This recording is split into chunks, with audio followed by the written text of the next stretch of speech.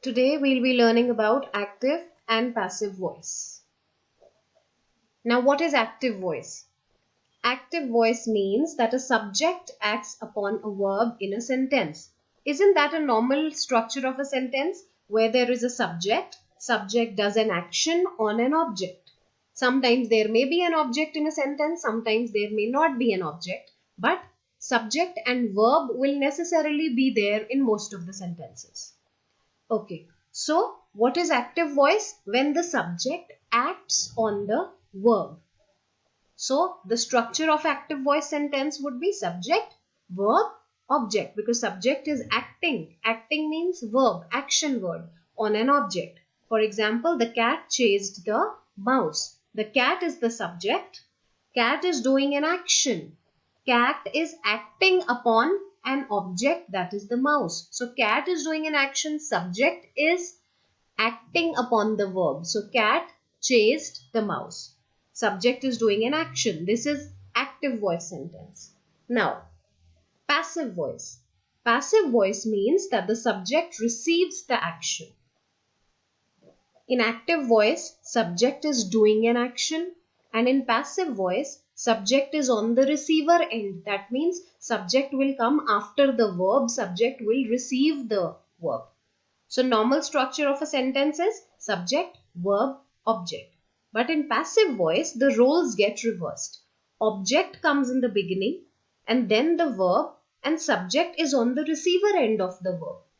For example, active voice sentence was the cat chased the mouse. Cat is the subject, cat is doing an action, chasing.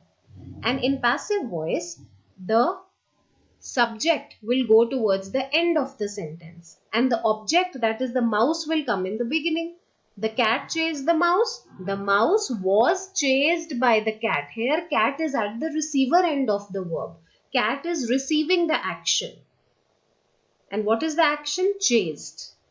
So passive voice, subject, verb, object. Active voice, subject, verb, object.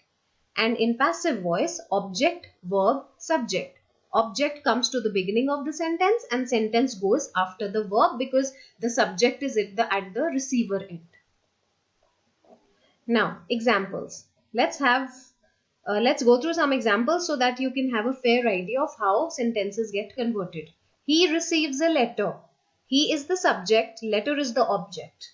And when you convert it, object will come in the beginning. A letter is received by him. Now, of course, he will change to him because we can't say a letter is received by he. He always comes in the subject's position and him is always in the objective position. I did my homework. Now, homework is the object. In passive, homework will come in the beginning. My homework was done by me. We can't say my homework was done by I because I is always in the subject's position. So my homework was done by me. She has read the book. She has read the book. Now book is the object. Object will come in the beginning. The book has been read by her. I will bake a cake. A cake will be baked by me. So in all the sentences, if you have noticed, the subject and the object, their position gets changed when you convert a sentence from active to passive. Now, things to be kept in mind. There are three major things that you have to keep in mind when you convert a sentence from active to passive. In active, the place of subject and object will be interchanged. She eats apples. Apples are eaten by her. Now, subject and object, their places get changed when you convert a sentence from active to passive. Then, in all the passive sentences, whenever you convert a sentence, third form of verb is used, like eaten, spoken, drunk, all three forms. The third form of verb is always used in passive sentences. The teacher gives good marks to him. Now, gives is first form of verb. When you convert it into passive, he is given good marks by the teacher. Gives will change to given. Next, use by before the subject. Always, in most of the sentences, before the subject, the verb by comes when you change a sentence from active to passive. Sometimes with and to are also used, but most of the times, 98%, you always use by before the subject. The boys made too much noise. Too much noise was made by the boys. So you have used by before the subject, the boys. So three things that have to be kept in mind. First, the position of the subject and the object gets changed. Second, third form of verb is always used, no other form. Third, by comes before the subject whenever you convert a sentence from active to passive. Moving ahead, how tenses change. Now, what are the tense change rules? Simple present. She loves fruits. Fruits are loved by her. Now, see, the fruits is object, and in passive, fruits has come in the place of a subject, and loves, third form of loves is loved. So, fruits are loved by her. Why have we used are? Because fruits is plural and we are talking about simple present. Clear? If there would have been a singular subject, then is would have been used. Clear? For example, she loves an apple. An apple is loved by her. Then we would have used is. Present continuous. She is writing a letter. What is the object? Letter. So it will come in the beginning. A letter is being, because it is ing form. So is being written. Third form of writing would be written.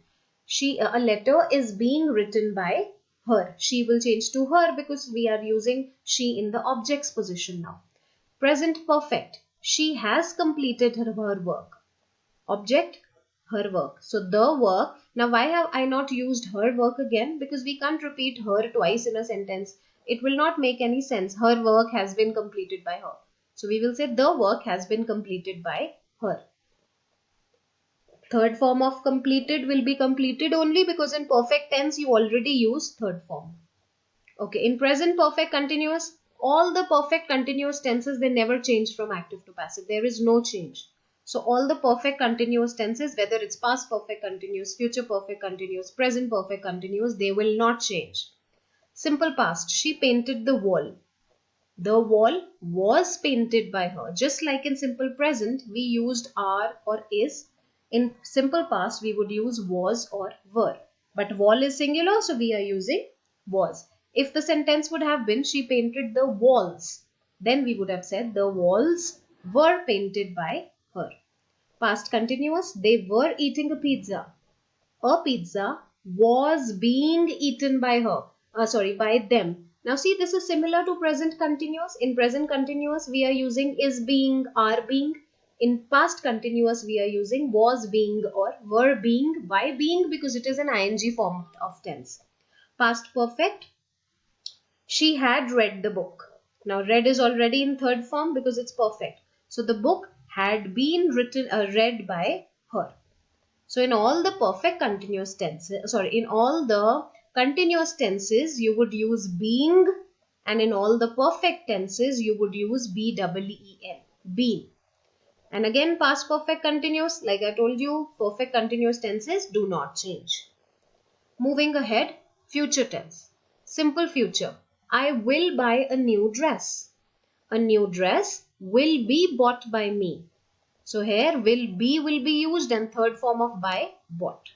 Future continuous also does not change.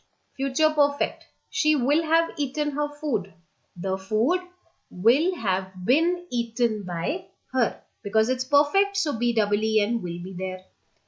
Future perfect continuous does not change. So remember all the perfect continuous tenses and future continuous. These four tenses, there is no change in them whenever you convert a sentence from active to passive. And in all the simple present tenses, is, am, are plus third form of verb. Continuous tenses, being and third form. Perfect tenses, B-E-E-N plus third form. When you make such sentences, you will clearly understand how the pattern goes. And it requires a lot of practice. Once you start writing sentences, you will come to understand what the pattern will be. Okay, once again, moving back. For example, the sentence is in present perfect. She has completed her work. Like I told you, in perfect tenses, you will use B-E-E-N. Now, if I make a sentence, if you get fixed on my words that in perfect tenses only been is used and you start writing the work been completed by her, it will look incomplete when you write it, the work been completed by her. So has to come. So has and have plus been. And in continuous tenses is MR plus being, B-E-I-N-G. And in past continuous tenses was, were plus being, B-E-I-N-G. And in future tenses, again, future perfect will have been. And in simple future will be. And again, before the subject, you will use by when you convert a sentence from active to passive. And then finally you have the modals change. I'll not go into much details because this is the first lesson for active and passive. So just concentrate on the tenses changes and the modals changes. How these changes occur in these sentences when you convert a sentence from active to passive. Now all the modals will be followed by be. Can will change to can be. May be. Must be. Might be. Should be. Let's see the example. They can win the game. Now the object is the game. So the game can be, third form of win is won.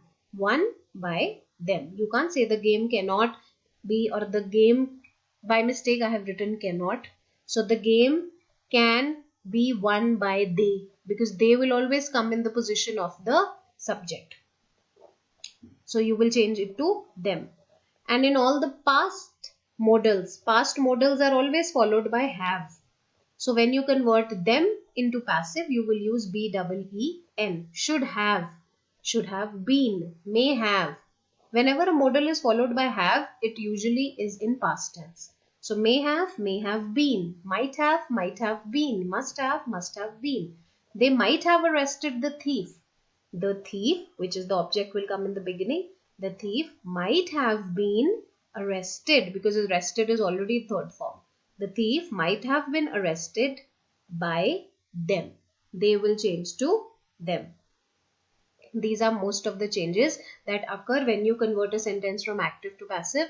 But please keep in mind, for active and passive also, you need to know your tenses so that you can do the changes. So go through your tenses and then go through the rules and practice a lot of sentences, because grammar will only come to you once you start practicing hard.